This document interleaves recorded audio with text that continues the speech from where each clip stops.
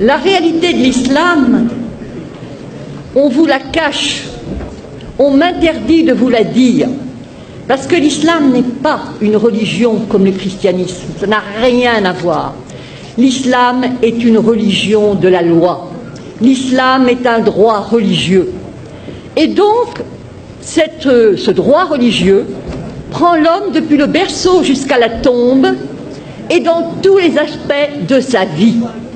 Que ce soit pour aller aux toilettes, comment faire pour aller aux toilettes, comment faire pour conclure un contrat, comment faire pour faire la prière.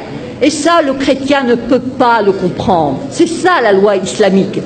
Le chrétien, quand il fait la prière, il est là dans son lit. Oh Seigneur, faites que je réussisse mon examen.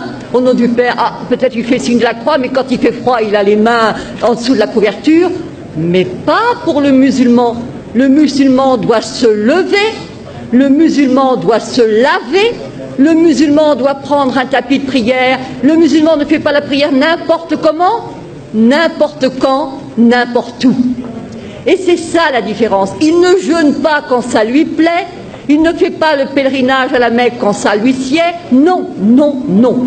Tout comportement obéit à une règle, et toute règle est une règle de comportement. Et donc, ce qui se passe, c'est que les musulmans sont super piégés, super coincés, où ils disent la vérité, à savoir que la loi islamique, ce n'est pas seulement les ibadat, c'est-à-dire l'adoration, tout ce qui touche arkan ad-din, les piliers de la religion, mais c'est aussi les mu'amalat, comment traiter dans le public, horizontalement. Alors ils choisissent de mentir pour ne pas être en quelque sorte jetés dehors. Ils choisissent de mentir qu'il y a un droit pénal, c'est-à-dire que, en fin de compte, la femme adultère est punie de 100 coups de fouet dans le Coran et que nulle indulgence ne vous prenne en leur faveur. Dit bien le Coran, le Coran. Et le prophète, sallallahu alayhi wa sallam, le prophète a demandé que la femme adultère soit lapidée. Une femme qui avait péché est venue voir le prophète. Elle a dit « j'ai péché ». Moi je me suis dit « oh là là, l'histoire va devenir fantastique ». Non, pas du tout. Elle attendait un enfant. Il a dit « retourne, accouche tranquillement ». Ensuite, elle est revenue et on l'a lapidée. Et pas n'importe comment. Avec des pierres pas trop grosses, elle serait tuée d'un seul coup. Non, des pierres de grosseur moyenne. La même chose quand on va aux toilettes, pas des pierres coupantes pour se couper l'anus, bien sûr que non. C'est-à-dire que, si vous voulez, tout est réglementé. La femme adultère, fouettée, après 100 coups de fouet bien donnés, vous ressortez en capilotade. Hein. L'apostasie est punie de mort. La consommation d'alcool de 80 coups de fouet. Le vol, la main coupée. Et dans le fiqh, c'est même la main coupée, le pied inverse, c'est ce qu'on appelle l'amputation croisée. Alors les musulmans, parce que ça fait partie de leurs droits religieux, choisissent de dire non, non, non, non, non, non, nous sommes comme les chrétiens. C'est pareil, les fils d'Abraham, patati, patata. Alors on les acclame. Je leur dis liberté. Oui, oui, oui, oui, liberté. Je leur pose la question. Est-ce que le musulman est-ce que la musulmane peut épouser un non-musulman? Est-ce que le musulman peut se convertir à une autre religion? Est-ce que le musulman peut être athée? Est-ce que le musulman peut être homosexuel? Est-ce que le musulman peut même être célibataire? Car le célibataire est de la pire espèce. Et oui, est-ce que pas de monachisme en islam? Alors je vous dis pas les curés, les moines, enfin les curés on ne sait pas, mais les moines en tout cas, ils passeraient un mauvais quart d'heure. Et la religion catholique, c'est l'horreur, l'abomination. Ils disent trois, c'est considéré comme un trithéisme, donc ils seraient zigouillés. Et quant à la messe, alors là, la messe, le pain transformé en corps du Christ, mais c'est de l'anthropophagie pour eux. Et boire du vin. C'est-à-dire que tout est quelque chose, horreur, horreur, horreur. ce sont des mushrikoun, des associateurs, et c'est najas. Najas, c'est-à-dire impureté, saleté, cochonnerie. Alors, liberté, laissez-moi rire, il n'y en a pas. Mais alors, puisque de toute façon, le musulman obéit à des règles, il est encerclé, emprisonné, on ne peut pas faire n'importe quoi, on entre dans les toilettes du pied gauche, on mange de la main droite, on ne mange pas n'importe quoi, on ne mange pas n'importe comment. C'est le rôle des fatwas qui vous dit, s'il vous plaît, comment on fait? Et alors évidemment, on vous répond. Alors évidemment, avec l'Internet, ça devient n'importe qui, n'importe quel con peut répondre, mais non, etc. Ça, c'est un changement. L'égalité. Mais bien sûr que nous avons l'égalité. L'égalité entre qui? Entre les musulmans. Al-Muslim, Akhul Muslim. Le musulman est le frère du musulman, pas le frère du non-musulman. Absolument pas. Absolument pas. Ne prenez pas les juifs et les chrétiens comme alliés. Et enfin, nous avons... Alors là c'est vraiment le must. Vous prenez la sourate 5, Al-Maïda, la table servie. Al-Yahoud. Les Juifs disent la main de Dieu est fermée. Mais non, c'est la leur qui est fermée. Et alors je passe, il est dit, écoutez bien ceci. Et certes, nous avons fait croître parmi eux la rébellion et la mécréance. Nous avons, alors, je dirais, et nous avons fait croître l'inimitié et la rébellion. Nous avons jeté parmi eux la haine jusqu'au jour de la résurrection.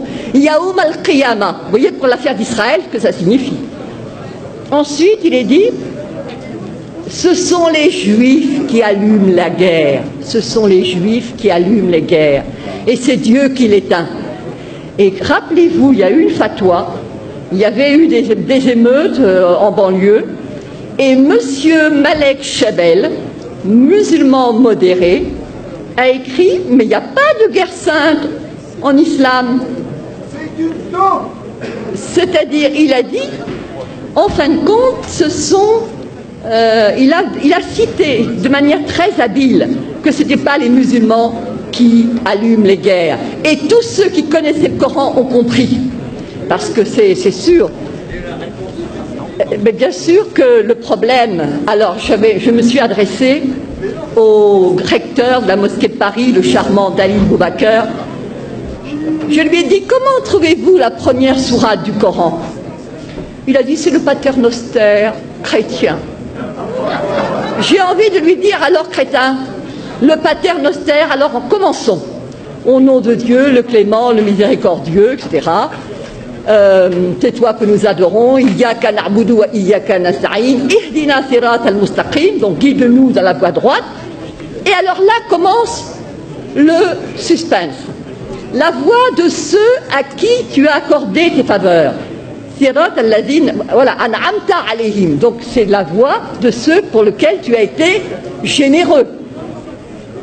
Sirat, alors, Ghayr mardoubi alayhim, la voie de ceux contre qui tu n'es pas en colère. Walad dallin, et ceux qui ne sont pas égarés. Alors moi j'avais apporté un commentaire. Pardon. Vous voulez... Non. Donc j'avais apporté un commentaire et j'ai dit devant tout le monde, évidemment, là vous ne comprenez rien, mais il y a le commentaire qui explique et que tous les musulmans pieux connaissent. Alors je regarde. Quels sont ceux à qui Dieu a accordé ses faveurs? Alors je vois al-Muslimoun ou al-Anbiya, donc les musulmans, les prophètes. Quels sont ceux contre qui Dieu est en colère? J'ouvre le tafsir, le commentaire, et je vois al-Yahoud, les Juifs.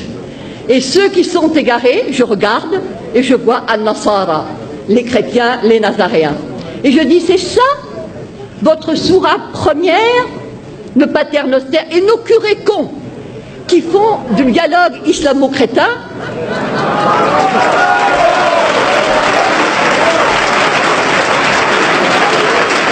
Eh bien, eux, ils croient tout ce qui est dit. On on leur dit, ils se focalisent sur la sourate Maryam. Voilà Marie qui a eu un enfant sans être mariée. Effectivement, Walam Akun Bariya, je ne suis pas une prostituée, patati patata. Alors ça plaît aux chrétiens. D'autant plus qu'on leur sert, les chrétiens sont comme des moines, ils ne s'enflent pas d'orgueil. Lorsque tu leur parles de la sourate Marie, leurs yeux s'emplissent de larmes. Je te dis, magnifique. Et contre qui ils sont? Ben, contre les Juifs. Les Juifs qui, pour eux, Marie n'est pas la mère de Dieu, pour eux, Jésus n'est pas le... Alors, il y a, par rapport à la communauté juive, un danger immense contre lequel je me bats depuis 5 ans.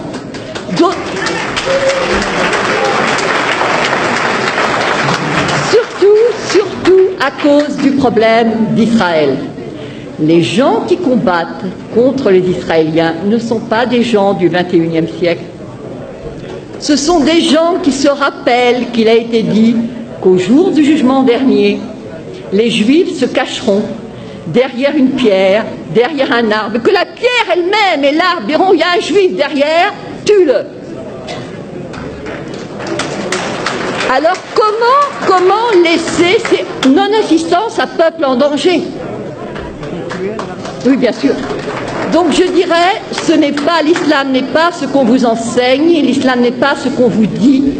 L'islam est dangereux parce qu'il n'y a pas d'égalité, pas de liberté, pas de fraternité, pas de possibilité de s'en sortir.